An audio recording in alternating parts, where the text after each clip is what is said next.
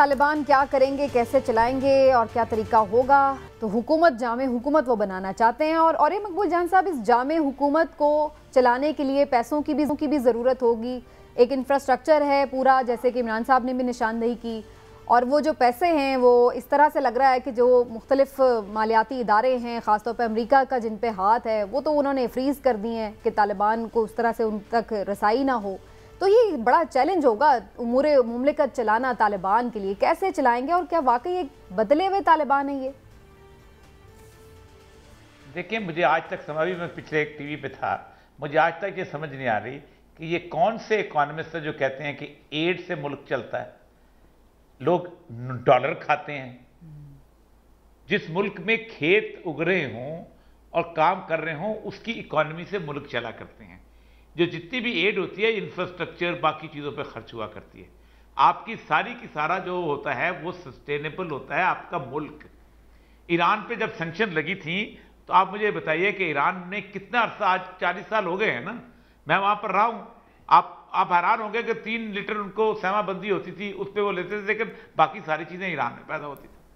फिर आप इस सिचुएशन को देखें, आप सिर्फ अमेरिका को देखते हैं। आज ये मेरे हाथ में 2 आर्टिकल हैं जो चाइनीज उसमें छपे हैं, और उसमें आप अंदाजा करें, वो कहता है Taliban rapid victory embarrasses US, smashes image of arrogance, Taliban victory a major failure of the western civilisation expansion. ये डिंग गैंग का आर्टिकल है। चाइना मौजूद है, रशिया मौजूद है, अफगानिस्तान को सऊदी अरेबिया लिथियम कहा जाता है, और लिथियम वो धात है जिसका आप तस्वर नहीं कर सकते कितनी महंगी है। ईरान जिस वक्त अपनी चीजें बेचता था, को रोक सकता था उसके तेल को रोकने के लिए, उसके लिए, जबकि यहां पर तो रूस वो है जिसकी मेजर इन्वेस्टमेंट पाकिस्तान में हो चुकी हुई है। चाइना को जरूरत है। 68% ठेके जो हैं वो चाइनीज फर्म के पास हैं। अमेरिकन की क्वेश्चन हुआ था कि we are paying for the security of Chinese companies. आप सोच सकते हैं जो गैस पाइपलाइन का ठेका है, जो बाकी जगहों पे तेल की पाइपलाइन का ठेका है, वो चाइनीज फर्मों के पास है। अच्छा, गोल्ड एंड कॉपर की 6 माइने उनके पास हैं। वो चाइना भाग गया है को वहां से देने के लिए। और फिर दूसरी बात यह है, जहां तक सिस्टम का ताल्लुक है, क्या सऊदी अरब में जमहूरियत है? ठीक है, क्या अपना दुबई में जमहूरियत है? क्या कतर में जमहूरियत है? क्या मस्कत में जमहूरियत है? क्या चीन में जमहूरियत है? क्या कोरिया में? इन सबको मुल्कों को एक्सेप्ट नहीं किया हुआ उन्होंने। मसला सारा यह है कि हम समझ नहीं आती कि जिन लोगों ने शिकस्त खाई है, डिफीटिस्ट लोगों के बारे में बात करते हैं, और एक बात को कोई देख नहीं रहा, तालिबान बदले कि नहीं बदले। 834 साल के बाद, सलाउद्दीन अयूबी के बाद इतनी बड़ी पार्डन, इतना बड़ा माफी देना, मुझे पता है 20 साल जैसे गुजारे हैं। एक सिर्फ जो पुल चरखी का उसका वाकया, जो दश्ते लैला का, कि 8000 तालिबान को लेके जनरल मालिक और जनरल दोस्तम ने कंटेनर में बंद किया था, और कंटेनर में बंद करके उनको सहरा में छोड़ दिया था, जिसपे वो जो मशहूर जेम्स ड्रॉन की जो फिल्म बनी थी, massacre the caravan of death, जो था 3000 बंदे जो थे उसी कंटेनर के अंदर जैसे कहते हैं जल के मर गए थे, और उनको इज्तिमाई कब्रें वो माफ किए हैं। कौन कौन सी चीज, ये कुछ इतना आज तक किसी ने माफ किया इतना बड़ा जुल्म? आप क्या तो एक पुलिस वाला को कत्ल करते तो पूरा गांव जला के रख देते हैं, पूरे का पूरा इलाका तबाह कर देते हैं। ये बदले हुए लोग हैं, इतने बड़े हार्ट लेके वो लोग आए हैं, सबको साथ मिला के चल रहे हैं। मुझे इसका मतलब है कि जो, और ये मकबूल जान साहब, इसका मतलब है कि जो दुनिया को तशवीश है खवातीन के हुकूक, इंसानी बुनियादी हुकूक, तालीम और इन सब मामलात, expression of freedom and speech, उनके हवाले से क्या वाकई वो पहले जैसे सख्तगीरी हमें नजर आएगी, या फिर थोड़ा सा नर्म मौक़िफ़ नजर आएगा? देखें, फ्रीडम ऑफ स्पीच तो बड़े रिलेटिव टर्म है। 34 मुल्कों में ये फकीर और या मकबूल जान बंद है, बैन है। मुझे जहाज से उतार दिया, बल्कि मेरी बीवी को भी अमेरिका से जाते जहाज से उतार दिया, हेट स्पीच के नाम पे। तो एक बात तो यह है कि फ्रीडम ऑफ स्पीच की बात ना करें, जो आपकी मर्जी है वो कहते हैं, करते चले जाते हैं सब कुछ। दूसरी बात यह है कि ख्वातीन का जहां तक ताल्लुक है, देखिए अफगान माशरा जो है ना, वो अभी तक आप काबुल में चले जाए ना, तो काबुल के सिर्फ रेड जोन में एक पूरी फारसी स्पीकिंग कम्युनिटी है जो थोड़ी सी आज़ाद घूमती है, वरना आपको वहां पर शटलकॉक बुर्का मिलेगा।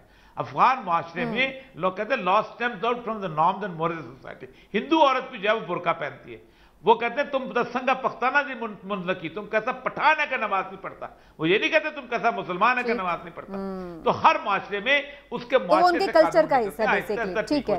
और उस आपको नहीं लगता है कि उसमें वहाँ के जो लोग हैं उनको कोई प्रॉब्लम होगी? जी हिलाली साहब, आप भी कुछ इस पे कहना चाह रहे हैं? ये दुनिया जो है ये इस चीज को एक्सेप्ट कर लेगी अगर वो दोबारा से कोई सख्तगीर मौकिफ रखते हैं जो बज़ाहिर दुनिया की नजर में सख्तगीरी है? अब 2-3 चीजें जल्दी से। एक तो आपको पता है कि अफगान फौज को 9 महीने से तनख्वाह नहीं मिला था, तो वो चाहते थे कि वो आके लड़ें। जब 9 महीने से तनख्वाह नहीं दिया, वो फाइनेंस मिनिस्टर भाग गया बहुत सारे पैसों के साथ, और जैसे आपको पता है वो गनी भी भाग गया। मैं आपसे ये कहना चाहता हूं कि प्लीज अंडरस्टैंड कि अमेरिका का खेल क्या है। ये चाहते हैं कि सैंक्शन करें, ये सैंक्शंस लाना चाहते हैं अफगानिस्तान पे, ये सैंक्शंस लाना चाहते हैं पाकिस्तान पे। ये $10 बिलियन जो उनका रोका हुआ है, ये किस बेसिस पे उन्होंने रोका हुआ है? ये कोई सैन सैल्वाडोर के तो पैसे नहीं है, ये एक अफगान गवर्नमेंट का पैसा है जो 10 दिन पहले वो निकाल सकते थे। वो पैसे आपने किस बेसिस पे रोका हुआ है भाई? ठीक। दूसरी बात है कि जब आप सैंक्शंस करेंगे तो आपको पता है डिस्टेबलाइज, पैसे कम है, बैंक्रप्सी है, स्टारवेशन के नजदीक जा सकते हैं जब तक उन्होंने अपने आप को रिकॉर्गेनाइज नहीं किया। ये तो 2 हफ्ते के अंदर अंदर नो रिकग्निशन, सैंक्शन, ये वो, पाकिस्तान को धमकिए, देख रहे हैं हम तुम क्या करोगे। और वो आर्टिकल पे आर्टिकल निकल रहा है कि Pakistan is not, Afghanistan is not the problem, Pakistan is the problem. खुदा के लिए लुक एट देयर गेम। लेकिन हिलाली साहब इस बात की क्या गारंटी है? अंधे हैं, ठीक है, लेकिन हिलाली साहब इस बात की फिर भी क्या गारंटी होगी कि वहां पर दहशतगर्द तंजीमें ना पनप सके? दोबारा से टीटीपी के ऊपर भी बातचीत हो रही है, उनके भी लोग रिहा कर दिए उन्होंने, तो पाकिस्तान के लिए इस तरह से ना कोई मसला बन जाए। कमाल है, आप कहती हैं कि उन्होंने कहा है हम पनपने नहीं होने देंगे, और अगर पनपने देंगे, किसको पनपने देंगे? टीटीपी हमारे खिलाफ है ना, तो फिर हमें लड़ना पड़ेगा इनके साथ और उनके साथ। अगर ये उनको सेफ हेवन देंगे तो हमें फिर लड़ना पड़ेगा।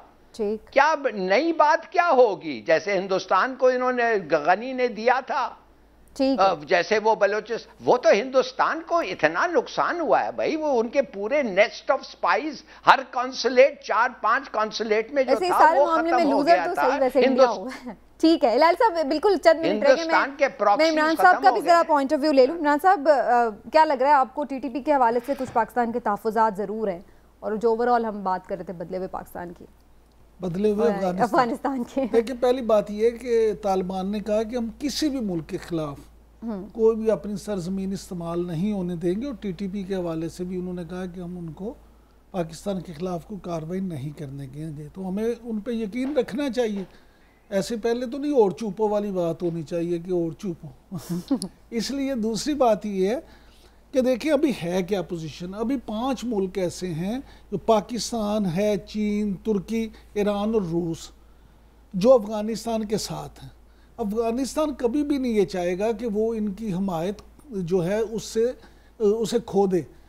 वहाँ पे अफ़गानिस्तान में अमेरिकन मीडिया के मुताबिक $1 ट्रिलियन के सिर्फ मादनी वसाइल हैं, मिनरल रिसोर्सेज जो हैं। अब वो तो अमेरिकी मीडिया तो ये तनकीद कर रहा है अपनी हुकूमत पे कि $1 ट्रिलियन के ये जो रिसोर्सेज हैं ये चीन ले लेगा, चीन उनके साथ कर रहा है, तो हम वहाँ क्या करने गए थे अगर हमने कुछ भी नहीं करना। लिहाजा जो औरिया मकबूल साहब बात कर रहे थे कि उनके पास वसाइल बन जाएंगे, सिर्फ चीज़ ये है कि अभी उनको थोड़ा सा टाइम लगेगा, वो थोड़ा सा वक्त लेंगे। लेकिन इस दफ़ा आपको नज़र आएगा कि उन्होंने किस तरह से अपनी मईशत को भी बेहतर किया, अपने निज़ाम को भी किया। और हमें ये दुआ भी करनी चाहिए और दवा भी कि वहाँ वाकई अमन कायम हो, वो उनका मुआशरा तरक्की करे, क्योंकि वहाँ अगर अमन कायम होगा, वो स्टेबल होंगे तो पाकिस्तान के लिए फायदा होगा। आखिरी मिनट, और ये साहब आपका शॉर्ट कमेंट मैं ज़रूर लेना चाहूँगी। पाकिस्तान अब पहले से ज़्यादा महफूज है, बेहतर है कि अफगानिस्तान में अब तालिबान की हुकूमत है?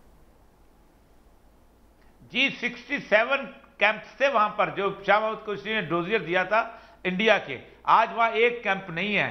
इंडिया वाहिद एम्बेसी है जो कि जिसका पीएम तक उन्होंने जहाज पे बिठा के कहा दफा हो जाओ, निकल जाओ यहाँ से। किसी और एम्बेसी को इस तरह नहीं भेजा। तो आपने तो 20 साल की मेहनत जो है हिंदू की तबाह कर दी।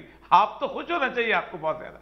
ठीक हो गया, थैंक यू सो मच। और या मकबूल जान साहब, बहुत बहुत शुक्रिया के वक्त आप हमारे साथ मौजूद रहे आज के प्रोग्राम में। नाज़रीन, गुफ्तगू आपने सुनी और तालिबान के हवाले से बज़ाहिर ये नज़र आ रहा है कि आहिस्ता आहिस्ता शायद दुनिया के मुख्तलिफ ममालिक उन्हें कबूल करते चले जाएंगे। पाकिस्तान को भी इस हवाले से अपनी स्ट्रैटेजी जल्द ही सामने लानी चाहिए और लाएंगे भी, ज़ाहिर है।